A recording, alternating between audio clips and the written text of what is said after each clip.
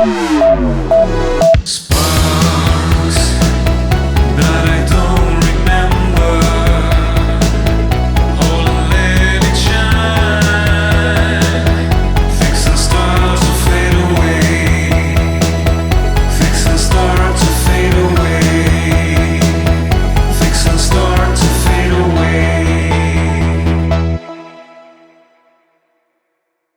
Hello, dear friends of Kabbalah International. We are again with Mario Sabán. How are you, Nacho? Shalom, a pleasure. Shalom, Mario. Very happy to be here with you once again. Today we are going to talk about the focusing of energies, the fundamental and the secondary. And I would like to start with a phrase by Rav Noah Weinberg, which says the following: if you don't know what you are living for, you haven't lived yet. Excellent phrase, because it is clear what we are talking about, isn't it? To focus energies is to concentrate. Energies, and there is a special dimension among the 10 dimensions of the tree of life, which is the Bina, the understanding, which is the one that deals with this, with focusing. Ki, it does not deal with the search for the meaning of life that belongs to Chokma, but the Bina is the one that puts order to the whole system. And notice that when we say focalize, we also say organize, distribute, because basically, why do we study the tree of life?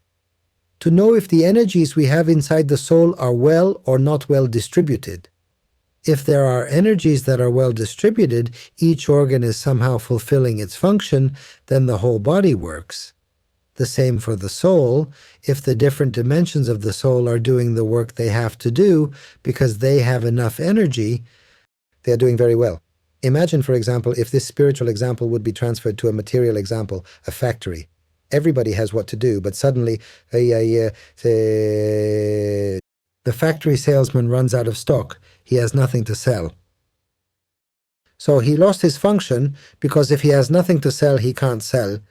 So what the Kabbalah demonstrates with the tree of life is that if each dimension receives the energy it needs, everything goes correctly, but there is one dimension that is the one that decides where to distribute the energy, which is the Bina.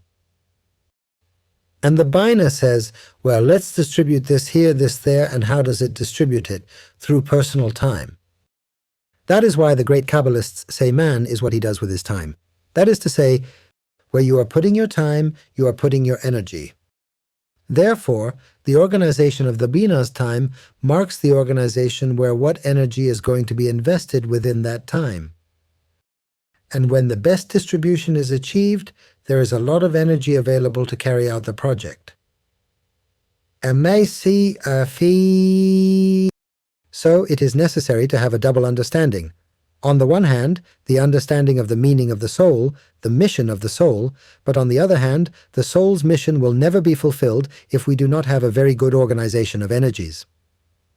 So the organization of the energies is something key to fulfill the meaning of life because the person is awakened. The person woke up perfect, then the person knows the meaning of life perfect. And after discovering the meaning of life, the person remains idle. Did I wake up and learn the meaning of my life? No, now I have to apply that meaning through personal effort and take action. With that awakening and understanding of the meaning of life, a third phase begins, and this is where the effort starts. But the question is, what if you put in the effort in the wrong direction? Where it doesn't have the meaning of your life has nothing to do with that effort, where you lose energy in that effort.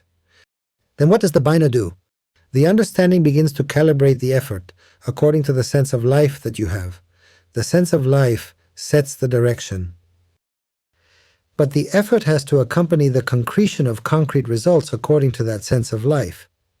Therefore, we enter a third phase where the important appears and the accessory appears. What does this mean?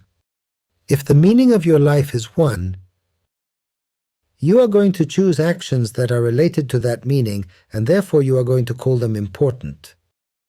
All actions that are not aligned with that meaning will remain as secondary. So, what is the feeling? If I attend a meeting and feel that I've wasted time, what does it mean to waste time? Why do I have the feeling of wasting time? Exactly. Why do I feel like I'm wasting my time? Because in that time I have not put my energies in relation to the meaning. In other words, I feel that I've wasted my time, while another person in the same meeting might feel that it is helping them grow because it aligns with the meaning of their life. That person isn't wasting time because the meeting is contributing to fulfilling the purpose of their existence. So, a person who feels that their entire life is a waste of time is undoubtedly someone who doesn't know the meaning of life, as they are engaging in actions that do not contribute to fulfilling their life's purpose.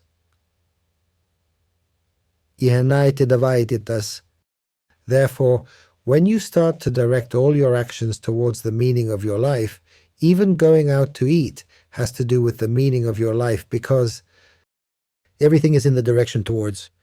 And that is called focalization. To focus energies means that those energies are in the direction of service.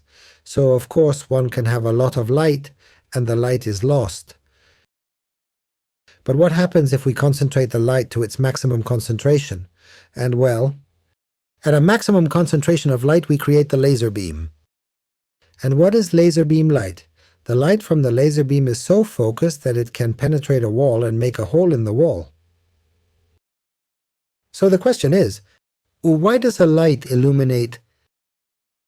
And a light can cut through a wall? Because the level of focus is so brutal that it can destroy matter.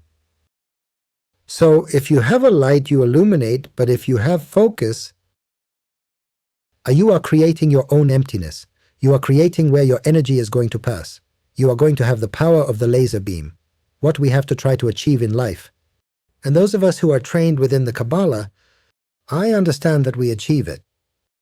That is, that we are living models of achieving this that I am putting forward, is to concentrate all the energies to such a level that there is practically no waste of energy in matters that are accessory. I really like the example that you used of the laser, and I think it is also possible to understand or see it from a broader perspective and not so focused on light. It seems to me that in this case, it would be interesting to meditate and visualize the concept of focusing energy as a phenomenon capable of transforming the matter that surrounds us. Absolutely, the focusing of energy destroys matter. It transforms it, it pulverizes it. That demonstrates the power of energy over matter. It is a very strong concept. We could also make a reflection applicable to people's health. How one focuses that mental energy, that intellectual energy, how it can also generate transformation processes in ourselves at a material level. Nachman of Bratslav, the great Kabbalist from Ukraine, said it clearly. All the organs of the body are at the service of the mind. This is very strong. All the organs of the body are at the service of the mind. That is to say, they are all working, of course, in their function, but for the mind to think. Of course. So, all of them are in the service of themselves, because they have to fulfill their function, but in the service of the mind. In energetic terms, we could say that the material levels of the nefesh and the emotional and intellectual levels of the ruach are at the service of the neshama. That is to say, everything visible is always at the service of the invisible. Only the invisible has such power that when it is revealed, the visible can do nothing. Well, the visible must always reveal the invisible. Of course. And there is always much more invisible than visible. That is why the visible is always altered in ways we don't understand. The laws of the visible world are constantly being disrupted because of invisible energies that we cannot see. That's right, Mario. Well, I loved it. My pleasure. See you next time. God willing.